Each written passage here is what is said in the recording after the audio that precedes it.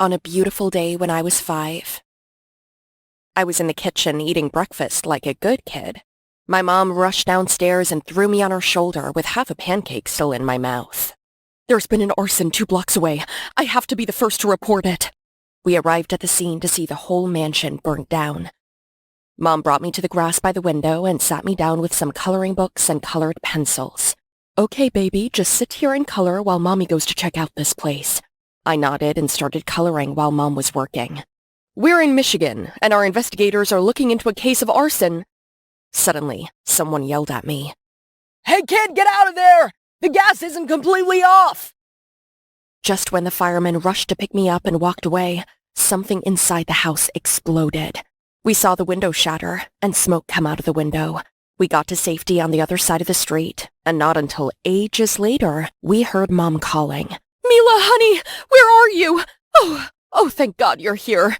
What kind of parent are you? She could have been seriously hurt if you can't even take care of your own child." And that's the wrap-up of my childhood. Yeah, completely tranquil and not chaotic at all. Hi, my name is Mila, and I'm the daughter of a journalist mom and a criminal dad. Growing up, it was only my mom and me. And, as you just saw right there, my mom isn't really the best at looking out for my safety. If there's a story, she'll chase it without a moment's thought. As for my dad, I didn't know much about him, but Mom told me he was a private investigator who didn't really care for the rules. He would bribe and trespass his way to the truth. His way of thinking was, to get info from outlaws, you need to break a few laws. And that was his motto until he was caught and thrown in prison for the crimes he committed while he was on the job. From what I heard, he initially took a job and infiltrated a criminal organization, but he befriended some of the guys there, and eventually, he became one of them. His job was to find the leader of this corrupt group, but instead, he became corrupt himself. Once he got caught on his crimes, he'd been locked away ever since. My dad was stuck in jail for 15 years, ever since I was a toddler, so I never spoke to the man or had any kind of relationship with him. Not that I ever wanted one with someone so corrupt like him. Growing up, my mom always told me to be upright and use righteous means on the way to discovering the truth. That way, I would never turn out to be like my dad. And so, I always strive to be a good and law-abiding journalist, just like my mom. Life was hard sometimes, but we've managed it fine with just the 2 of us so far. Until recently, we got the news that Dad just got out of prison. So when my dad came home, my mom didn't let him back in. And I get it. The man was a criminal. One day, I was doing my homework, and then suddenly, the doorbell rang. Downstairs, Mom had opened the door, and there was a duffel bag full of money. I counted it, and it was $50,000. Mom told me to get away from the bag as she kicked it away from the house. "Mom, what was that bag of money for? You're not getting mixed up with the wrong kind of people, are you?" "No, I'm not. Don't worry about me. Go upstairs and finish your homework." Later that night, I was asleep in my bed when I was woken by some commotion coming from downstairs. I snuck downstairs to see Mom crying and arguing with some hooded figure in the dark. She kept mentioning the name Patricia. Whoever this Patricia is sounds like a really bad person. "You don't tell me what to do! Get out of my house before I call the police! Now!" The hooded figure then left. "Mom, is everything all right?" "Yes, honey, everything is fine. Just go back to bed, okay?" I knew she was just saying that to comfort me, but seeing her already stressed out enough, I did as told. But the next morning, I woke up, and the house was oddly quiet. No shower running in the bathroom, no noises in the kitchen, and my mom was nowhere to be found. I immediately called the police to report her missing. When the cops came, they found 2 plane tickets to Hawaii in Mom's laptop, and an email sent to my dad asking him to take care of me while she was away. So the police concluded my mom was just on vacation and disregarded my missing persons report.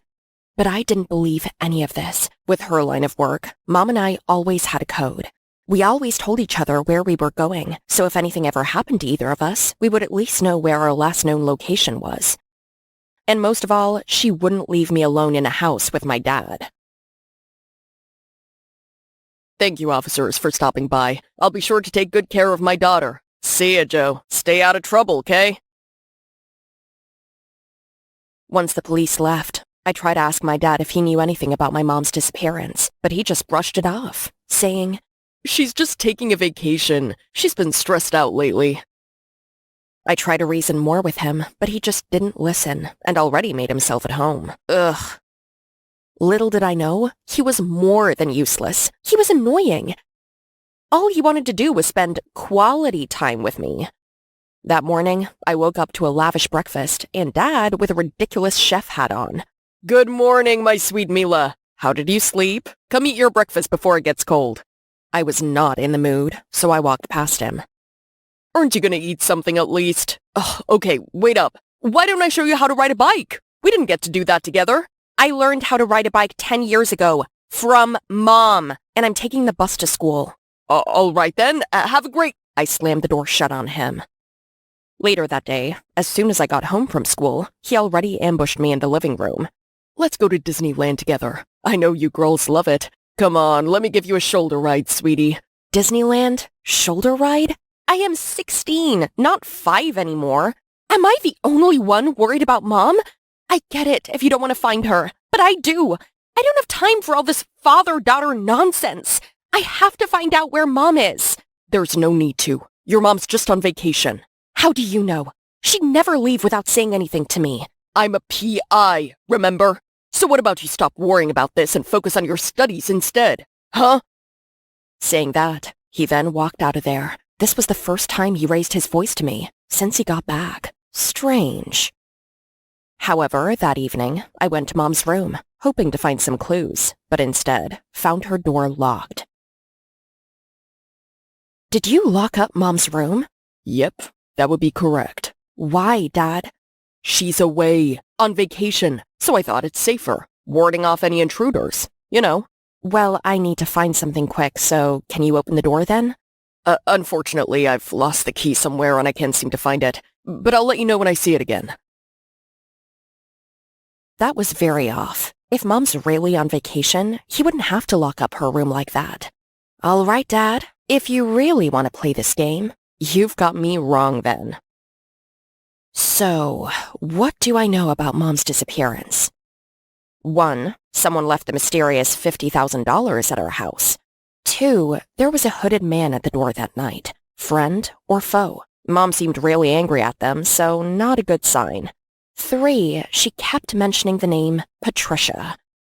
And 4, does my dad know something I don't? When the school bell rang, as my classmates started packing up and heading home, I pulled out my phone and looked up Patricia. And I got an immediate hit on Patricia Morgan, an uprising politician who's running for mayor in our town.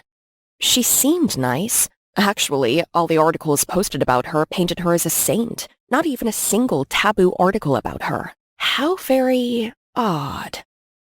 I texted my dad, telling him I'd be home late studying with a friend at the library, but that was only an excuse. I needed him to deter his attention away from me while I got some investigating done. My first stop, Patricia's villa, where she spends most of her time when she's not at her office. I headed to the subway, and right as I was getting off the train, I was suddenly pulled away. Hey! I don't know who you are, but you've got the wrong person! Shh, Mila. It's just me.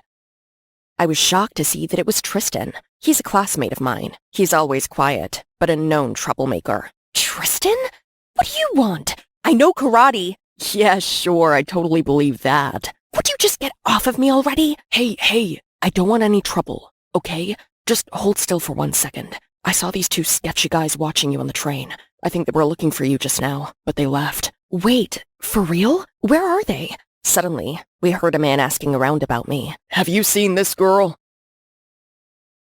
Right then, my instincts turned on. I took Tristan and ran out of there. Who are those men working for? Dad? Did he know I was trying to slip under his radar? I took us to the nearest and busiest cafe and got us a table away from the windows. What was all that about, Mila? Are you in trouble? I told Tristan about my mom's disappearance, and how I just wanted to do some investigating on my own without my shady dad hovering over me. Aha, I see. I get that you have an overbearing dad, but I'd advise you to think twice about running away like that. You don't get it. I have to find my mom. I know you want to, but trust me, I've had a little bit of experience here and there. If your dad finds out, you'll never be able to leave the house again. All right then, Mr. Think Like a Criminal. With your expertise, how would you go about it? The best course of action is to act normal and investigate secretly. Take baby steps. Don't think that you can find everything out all in one day. I can't wait any longer. No one's helping me, and my mom could be in danger. Say, I'm pretty intrigued by your case. Need a hand with it? I thought about it for a second. He does have good points, and I might be able to find my mom faster with some help. So, I agreed to bring him along. From then on, I played along with Tristan's strategy. At home, I acted like I dropped the investigation and was nice to my dad. But secretly, Tristan and I investigated Patricia and looked for leads on my mom's whereabouts. But luck wasn't on our side. And somehow, my dad was always in the way. One time, I planned to get out of class to go ask around if anyone had seen my mom. So I made up some excuse to my head teacher. I need to go home and take care of my dad. He's super sick at home. Is that so? Is he all right?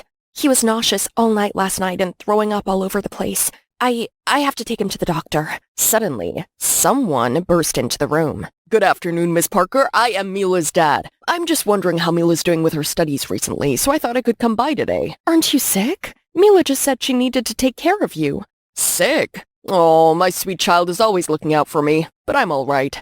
Busted. Why on earth does he want to visit the school today? Another time, I hired Reggie, a private investigator, to get on with the case, and set up a meeting with him at a cafe. Right when he showed up and I was about to grade him, my dad appeared out of nowhere and acted all buddy-buddy with him. Hey, long time no see, Reggie. How you doing? I couldn't trust this guy if he's close to my dad, so I left the cafe quietly. I was so frustrated that I was getting nowhere with my mom's whereabouts. Worse, my incompetent dad would do nothing but party all day long at home. He invited all his sketchy friends over. Guys he met in prison, heavily tattooed, scary-looking gangsters, and hoodie-wearing shadies who looked like they hadn't been out of the basement for ages. And the women, all of them were flirting with my dad, who, most enthusiastically, flirted with them back. Like, gross! My mom was right. My dad was untrustworthy and had too many ties to the crime scene. I didn't want to be there any longer, so I asked Tristan to meet me at the cafe. It was supposed to be an investigation session, but instead, I just complained about my dad the whole time. And Tristan was really sweet. He listened the whole time without crossing my opinions. Okay, I've got that off my chest. Thank you, Tristan, for listening. You really are a great friend. I'm here for you, Mila. I know this is a tough situation with your mom missing and your dad being your dad, but maybe you could try leaning on him more. He is a good resource, being a PI and all. Tristan was right. Maybe I wasn't giving my dad a chance to help me. Okay, yeah, maybe he could help us.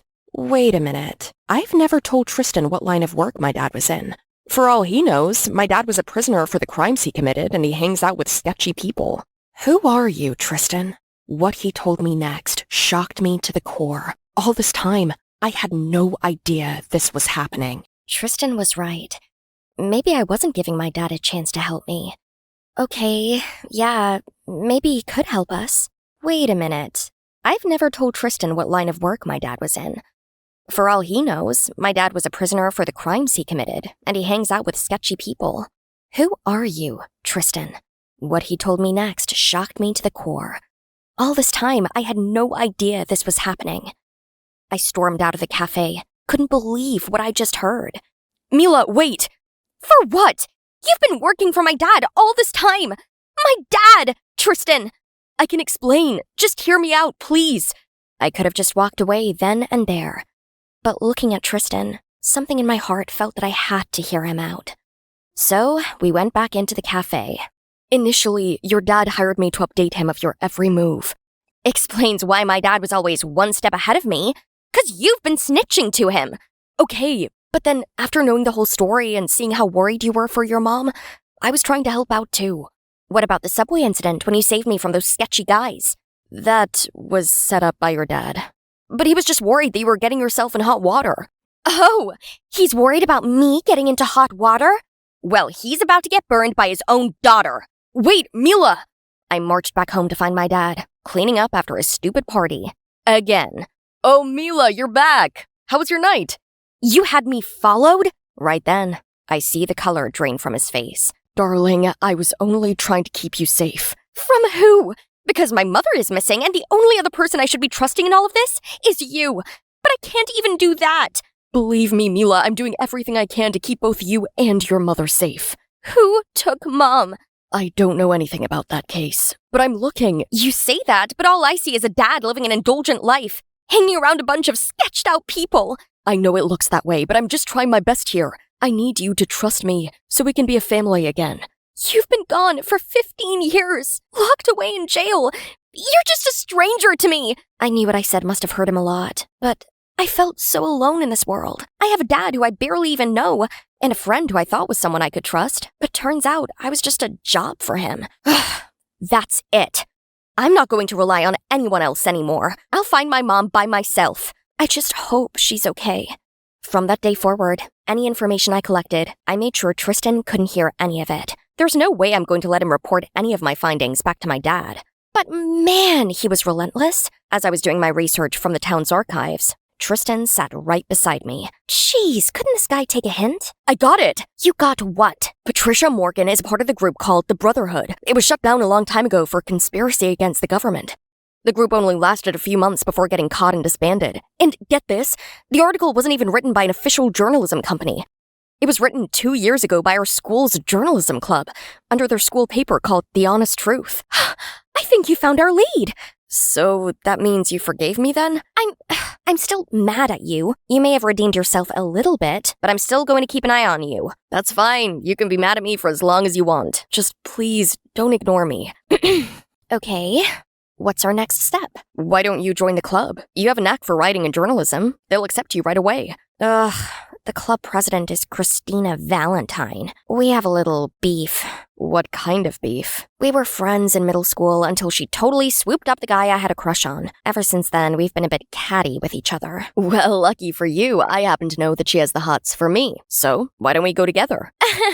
Okay, lover boy. You better be ready for this. She can get a bit intense. Anything to help get your mom back. I got you, Mila. And yep, Christina was there, and as expected, she totally ignored me. But when Tristan walked in the room and showed her that he and I were all buddy-buddy, Christina immediately ceased fire and acted all bubbly around me to get Tristan's attention. She let me join right away, and while Tristan distracted her, I got to stick my nose in all of the old The Honest Truth publications. Turns out, there were multiple drafts and publications on Patricia Morgan. I even found one criticizing her for passing a bill that harmed the environment. This club is very outspoken and honest. Seems like I've hit a jackpot. But sadly, I soon found out the club was just full of hypocrisy and slacktivists. One time, The Honest Truth featured a piece on food and packaging waste caused by the large consumption of fast food chains. Yet I walked in that very afternoon seeing the place littered with fast food. And that's not the only thing that bothered me. They had motivational quotes pasted all over the walls, yet no one was there to make a difference in themselves or the world. They even had this ridiculous workout while working routines, replacing the regular desk chairs with yoga balls and balance boards. But honestly, that just took a toll on their productivity. Who on earth can work like this? Not to mention, Christina flirting with Tristan is plain distracting and just gets on my nerves. I couldn't take it anymore, so I called them out on their hypocrisy and shallow work environment, then left.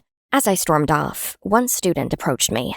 It was Corey. Okay, maybe I hated everyone in the club, but Corey was an exception. He was diligent and kind, and a hard-working journalist. Hey, Mila, sorry for what you had to put up with in there. If it makes you feel better, I've been enduring them for the last 2 years.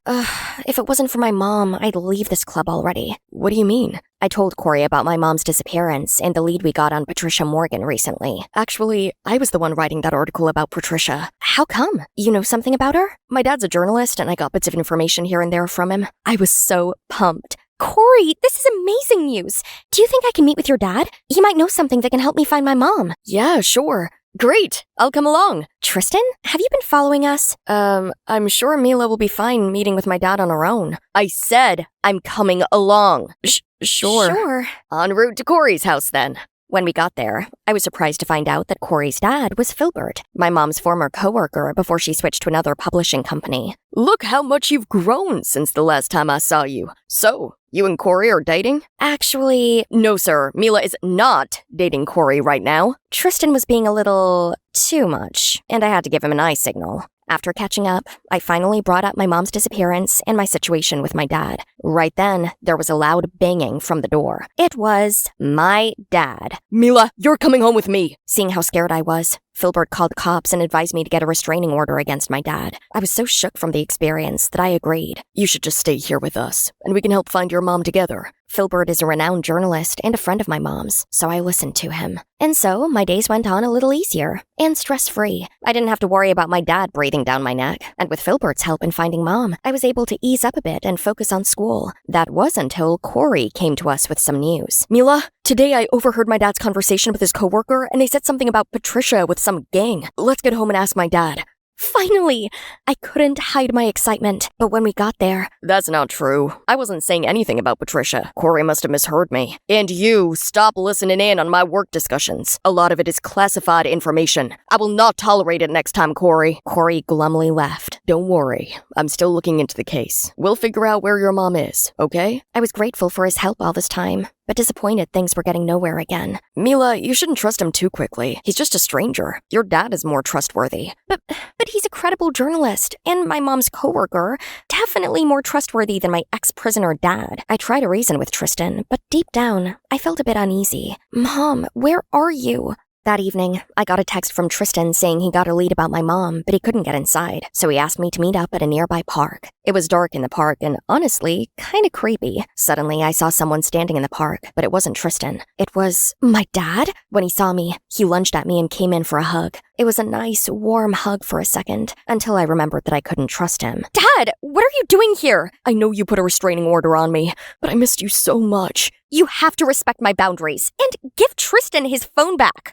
Wait, Mila, ask Filbert about the $50,000 bribe. Trust me. I was so taken aback by what he said that I didn't even notice Filbert standing behind me. Filbert then called the police to report my dad's violation of the restraining order and took me back to his house. That night, I couldn't sleep. There was so much going on in my head about my mom, my dad, Filbert. So I left the room for some water, but then heard some talking in the living room. It was Corey and Filbert arguing about something. Dad, why are you talking to Patricia? Are you getting tangled up with the wrong people? It's nothing to worry about, son. I've got everything under control. I obviously heard you the other day and you denied it. Dad, what is going on? My business with Patricia is between her and I, not with you. So you better stop prying. So you are talking with her. About what? What was I hearing? Filbert was in contact with Patricia this whole time? I was taken aback, so literally, I made a noise. Mila? Sir, what do you know about the $50,000 left on my front porch? You did not hear anything, young lady. You know about it, don't you?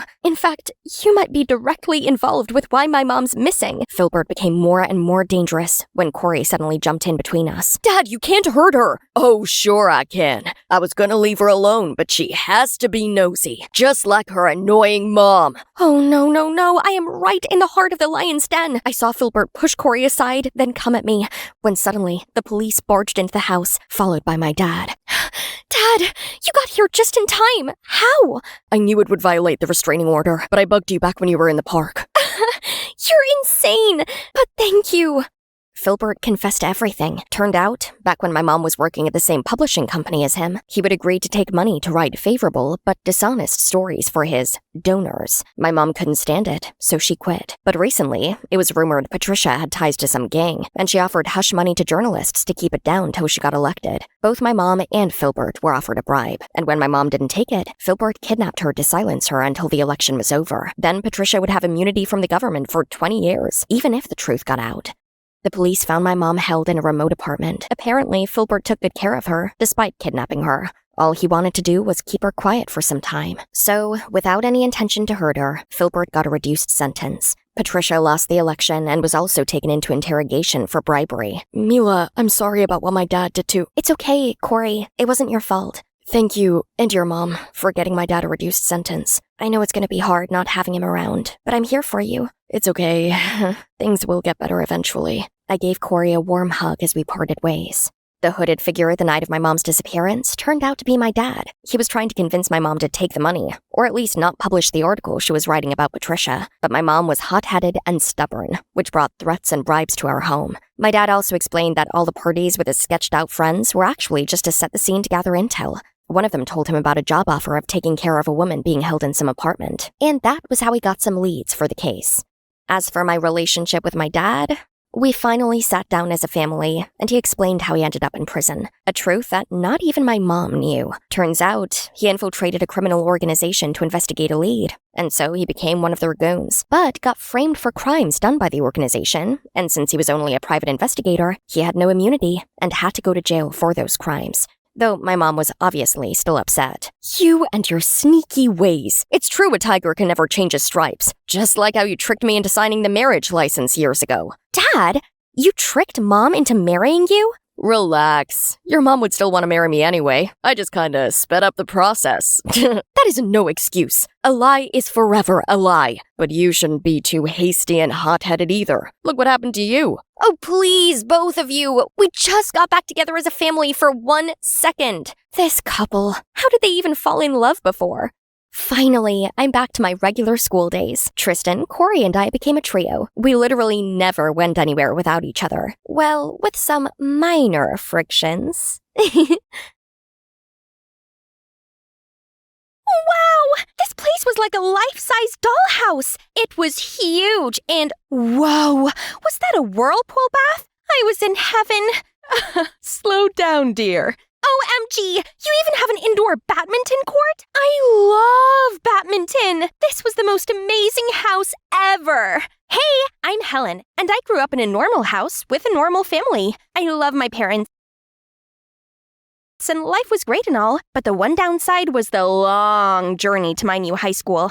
My mom, Grace, said she had the answer to this and suggested I go and stay with my Aunt Lucy, as she lived closer to the school. Okay, so I'd never met Lucy before. Actually, until Mom mentioned her, I didn't even know I had an aunt. Mom explained that Aunt Lucy moved to Canada for business and had only returned to the US recently. This was the first time I had to live so far away from my parents, so I was kinda worried I'd get homesick. But one advantage was my bestie, Madeline, lived right nearby. Awesome, right? Besides, this place was dope. I couldn't stop gawking at that badminton court. Seriously, it was bigger than my house. Aunt Lucy, I guess you must really like badminton. Yes, many people think it's just a backyard game, but it's a true sport to me. Wow, it was a rarity to meet someone with the same tastes as me. We chatted for ages about our interests. Lucy was so easy to talk to, and I honestly felt like I'd known her for years. I would love to become a pro badminton player, but Mom thinks I should keep it as a hobby and find a more stable career. I see, but don't let others discourage you. The true passion is worth pursuing. Let me arrange a training schedule for you. Now, try this. Oh! How do you know I like lobster linguine? At first, living with Lucy was like being in a dream world. She pampered me, bought me clothes I wanted, and cooked the most delicious dishes. But beneath the shine, there was also a darker side. Lucy was super strict. I mean, major general level strict. I had to wake up at 5 a.m. each morning for training, run laps of it for an hour, and hit 50 shuttlecocks over the net in a row. If I missed one, I had to start over again. Meanwhile, I still had to keep up with my homework, and I couldn't go and meet my friends on the weekend or do anything without asking Lucy for permission first.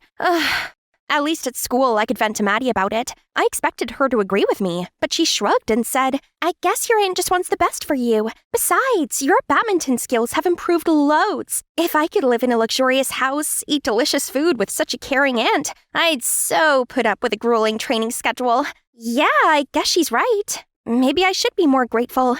Of course, on finding out about the school badminton club, I immediately signed up for it. I was walking over to the court, swinging my racket about and ready to show off my skills, when these two guys approached me. Go back to the cheerleading team where you belong, sweetie. Leave the court for the real pros. How dare these idiots judge me like this? They hadn't even seen me play. Oh yeah? I challenge you to a game. Then we'll see who's serious. We're the best players in the school, just so you know. Pick one. Suddenly, another guy appeared next to me and said, then let's play doubles. Oh my god, he's Tyler, the best badminton player in the whole school. I've heard all about his reputation and seen photos of him with a trophy in the school newsletter, but I've never met him before. Surprisingly, he's even cuter in person. Pfft, you can defeat us in singles, but can you cover that useless girl in a duo match? That's it. Scoot over. Let me show you what this useless girl can do.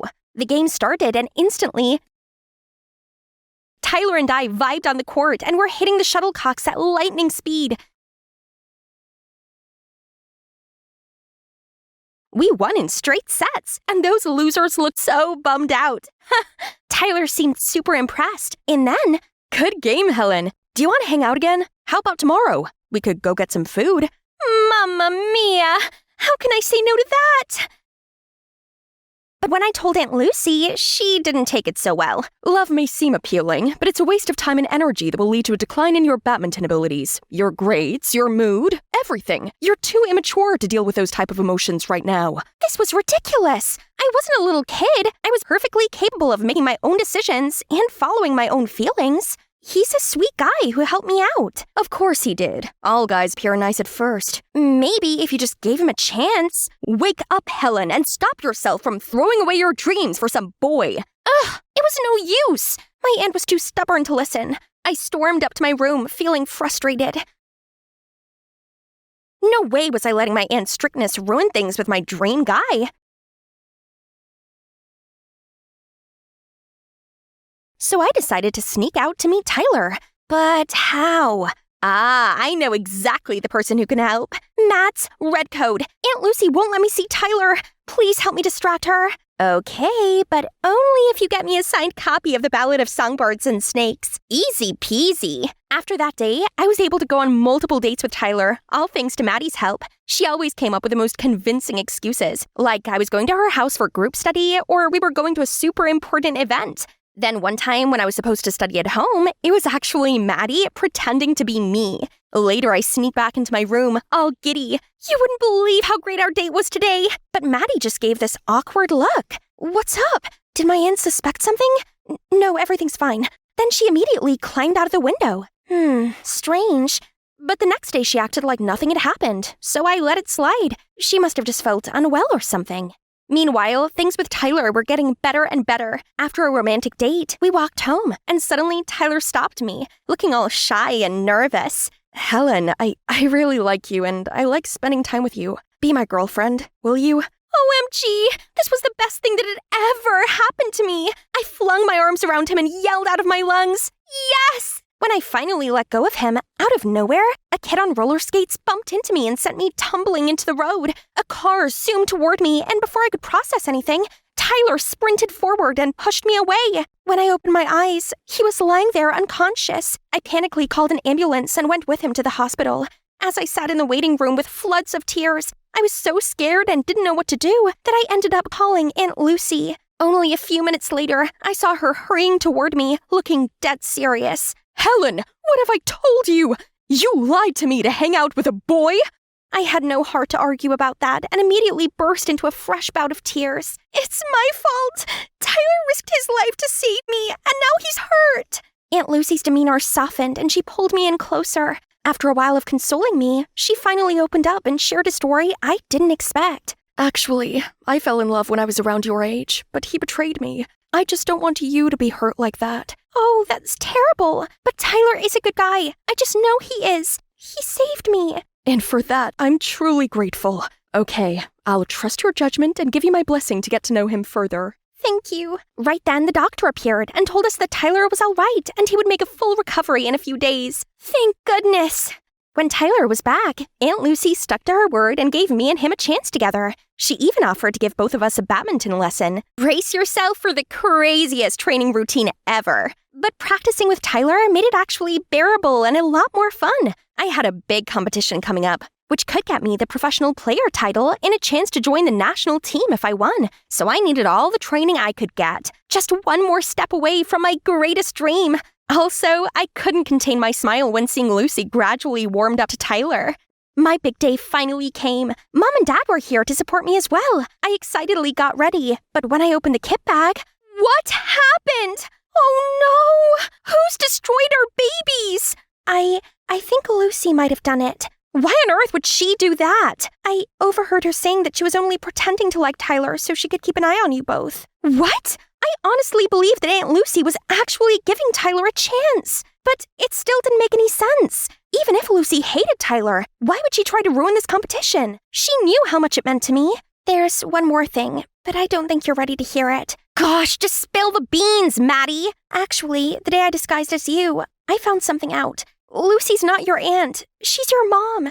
She wants to take you back to Canada with her and She knows if you won this contest, then you'd never want to leave. I stood there in complete shock. So, my beloved family I'd known all these years wasn't actually mine? And Lucy, how come she had the brazenness to show up now as my real mother and wanted to take me back? I felt like my whole life had been one big lie and immediately rushed to find Lucy. Is it true? You're my real mom? How did you know? I can't believe you did that to me! You're selfish, terrible, and ruined everything! Go away! I don't want to see you anymore! I don't have a mom like you! Grace is my one and only mother! Lucy looked completely broken, then quietly left. I was shaking in anger and pain when a gentle hand laid on my shoulder. Helen, sweetie, I know it's hard to take it in. Trust me, this was difficult for us all. You all lied to me! How could you just agree to send me off to her? You never consider me as your real daughter, do you? Don't think silly, honey. We love you so much and never want to let you go, unless it's better for you. Then Mom told me how Lucy came and persuaded her. Turned out, Lucy had a very tragic past. Since childhood, she'd always been the black sheep in her family. They treated her poorly and despised her badminton passion. Then when she told them she was pregnant, they threw her out, and her boyfriend also ditched her right after that. So she had no choice but to leave me at the orphanage and begin a new life in Canada.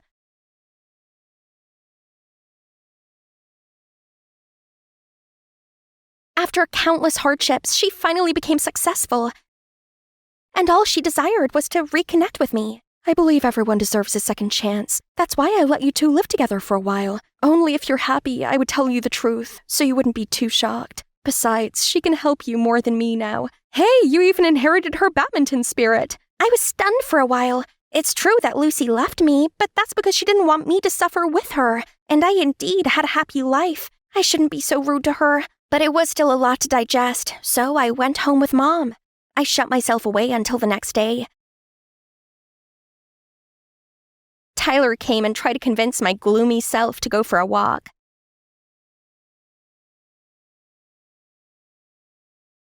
I know that's a lot, but I think you should make up with Lucy. Why are you still on her side? She only pretended to be nice to you, and she ruined the contest just to take me away from this perfect life. We can find our chance in plenty of other competitions, but there's only one Lucy. She's your biological mother, and it's fine to be mad with her, but you should never reject her. My mind wandered back to all the happy moments I'd had with Lucy, our interesting chat, the delicious meals she cooked, and the times we played badminton together. She even had a special room to store badminton equipment, especially the rackets. Wait, Lucy treasured badminton rackets. If she simply wanted to stop us from competing in the contest, then she could have just hidden our rackets or pretended that the car broke down. But she would never destroy the rackets like that. Ty, do you remember who else handled our rackets that day? I'm not sure. I think Madeline had them at some point. So, could it be Maddie? But why? She had no reason to do that. She was my best friend and always supported me to play badminton. I stormed over to Maddie's house, but she's arguing with her dad on the doorstep. You useless, pathetic rascal! Go then. I don't care. Maddie ran off in tears, and I followed her to an alley. Seeing her like that made some of my anger toward her fade. Hey, what's going on? Maddie seemed surprised to see me. She tried to dodge some of my questions at first, but seeing nowhere to hide, she finally confessed. My mom left me to that alcoholic dad who does nothing but shout at me all day. You have two moms who love you, and I don't even have one. I was angry at Lucy because, to me, all of the moms who gave up their child are heartless and deserve no forgiveness. She even wanted to take you to Canada. I couldn't lose you too. The fear and jealousy got the better of me, so I broke your rackets, then blamed Lucy. I'm so sorry. This sounds tough, but you still shouldn't have done it. I'm always here to listen to you, and I'm not moving anywhere. You're stuck with me. When Maddie felt better, I took her to my home and intended to find Lucy to apologize for everything. But Mom said Lucy had decided to go back to Canada and was on her way to the airport. I immediately hailed a cab to the airport, then ran through departures, desperately trying to find Lucy. I was starting to think I was too late, when suddenly I spotted her about to walk through towards security. Lucy! Mom, please don't go! I thought you don't want me. No, I was just confused and angry, and I'm sorry that I hurt you. We finally sorted things out and agreed to give each other a chance to start over. So, what happened next? Well, Lucy decided to expand her business to the US so she could stay here with me. My wonderful adoptive parents took Maddie in after helping her get away from her toxic father. So now I have 2 amazing moms, an awesome sister, and, yes, you know it, a super cute, thoughtful boyfriend.